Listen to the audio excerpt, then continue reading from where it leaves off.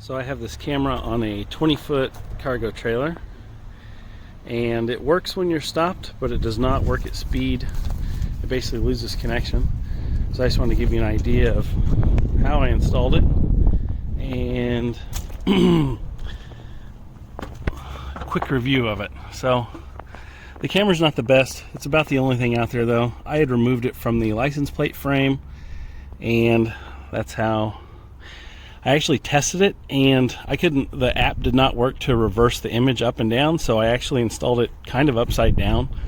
It was kind of a pain to install on this because of the way the trailer was wired. Only a hot wire came out of here, so, and there wasn't, the inside of this trailer is finished roof, so I would have had to take down stuff on the inside.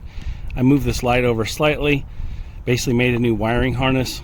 So this is the light that this is the wire that comes from the trailer, the hot wire, and then I've grounded it here, but I've basically split it out so it powers the light, and then I've split it out. So, but I'm taking this camera off because it doesn't work for my needs. Luckily, all the wiring stuff I can hook up to a new camera, a new wireless camera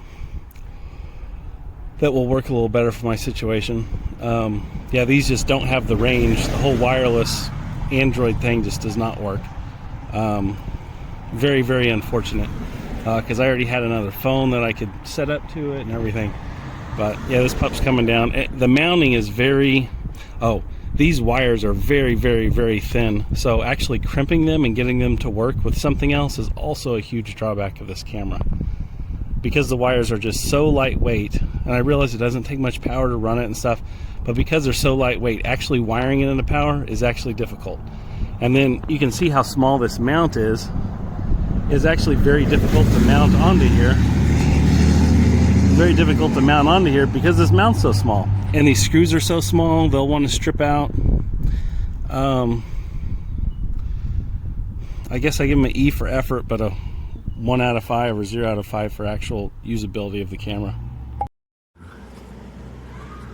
As you see, the camera turned white inside, and the quality is gone.